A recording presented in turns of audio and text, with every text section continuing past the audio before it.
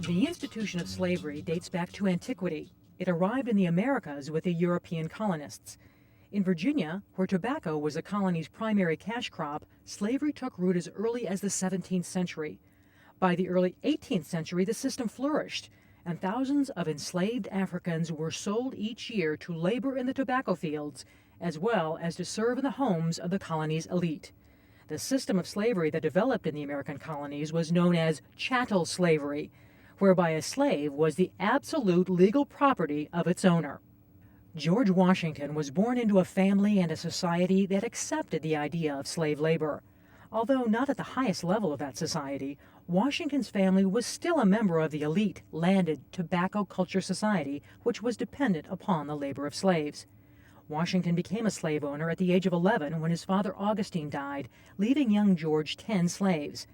In 1754, Washington began leasing Mount Vernon from the widow of his older half-brother Lawrence. He inherited the estate outright upon her death in 1761. Mount Vernon was comprised of approximately 2,000 acres and 14 slaves. In 1759, Washington married the wealthy widow Martha Dandridge Custis.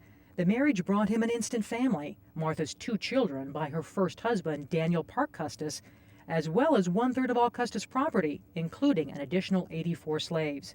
These slaves were referred to as dower slaves. Because Daniel Custis died without a will, by Virginia law, 1/3 of his property went to his widow for the duration of her life, but with certain restrictions. Martha Washington could not free those slaves, and if she sold them, the monies raised would revert to the Custis estate. Furthermore, all dower slaves and any children born to female dower slaves would revert to the Custis estate upon her death.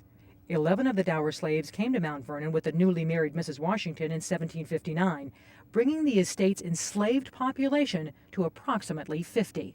The period of 1759 to 1775 was a time of tremendous growth at Mount Vernon. Washington expanded his land holdings, switched from tobacco to wheat as his cash crop, and opened a merchant mill.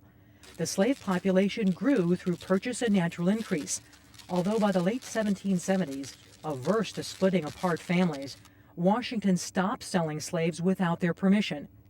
By 1799, the year of Washington's death, Mount Vernon had grown to 8,000 acres divided into 5 farms.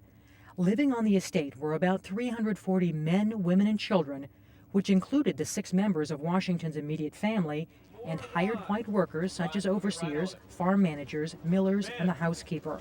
The remaining 316 were slaves. 123 were Mount Vernon slaves, 153 were dower slaves, and 40 were rented slaves.